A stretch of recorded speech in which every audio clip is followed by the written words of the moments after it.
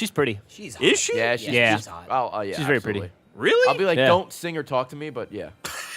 Hey little perverts, Fino here to talk about our newest welfare servant, Brave Elizabeth.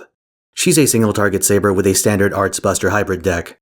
Brave might have a bad rap, but rest assured what she lacks in clothing, she makes up for in pure muscle. Alright, let's talk basics. Skill 1 is the shield part of her kit. Clutch, invuln, and NP gain. You know, block an enemy NP, charge your own. Simple stuff. Skill 2 is her mana burst, and it's the sword that makes her hit hard. It comes with a defense buff, which is a nice bonus, but the offensive use will almost always take priority. For reference, the bust ramp is 10% lower than Saber Altars, but you have it on a single target NP to make up for it. Speaking of which, Liz's NP is very straightforward. It's single target burst with burn on overcharge. Its applications are obvious, and you won't have trouble charging it with her territory creation passive. Obviously you pop mana burst and try to set up a Buster Brave chain to obliterate your target. Fun fact, because they have the same NP damage percentages, Elizabeth will actually outperform Rama unless you're a whale. Against standard Lancers anyway. Rama has an anti-demon effect. And now we come to skill 3. Before I put it on screen, let me pose a question to you. If you had a skill that traded 100% of your meter for party-wide invulnerability, you'd take that, wouldn't you? I mean, that's literally John's NP, so, you know, pretty good deal, right? But what if that skill had an 80% chance of doing something entirely different and not nearly as good?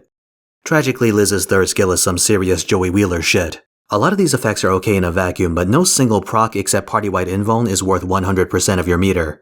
If you could get more than one, or if invuln was the only effect, it would actually be pretty good.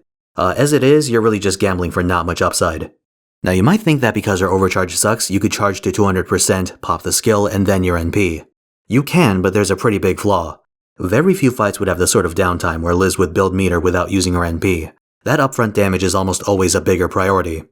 For the most part, you have to treat it like Elizabeth doesn't have a third skill. Except there's an off chance you might fat finger it and lose the battle. For that reason, I call it the suicide button, though that's also a bit unfair.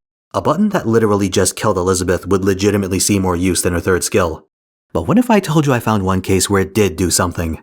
I was taking my lizards for a walk when crusty old Kiyohime shows up. We're going to town on her ass when suddenly, she transforms into a fucking Hydra. An archer.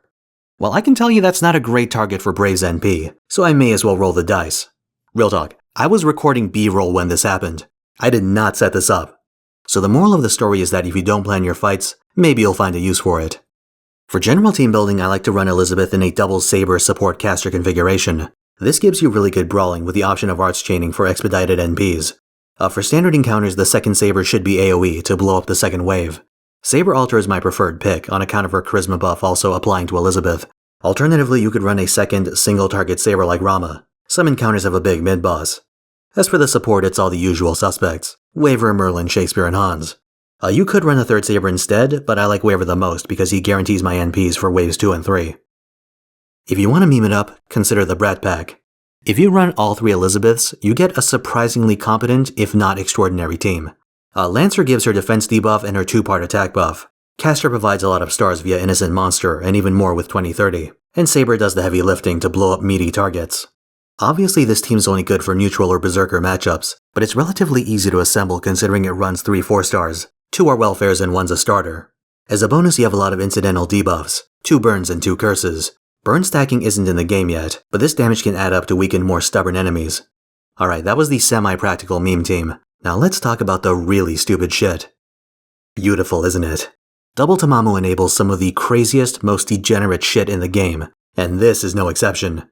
You see, Brave Elizabeth's third skill is limited in how often it can fuck you over by its 6-turn cooldown, because of course you'll have it at rank 10.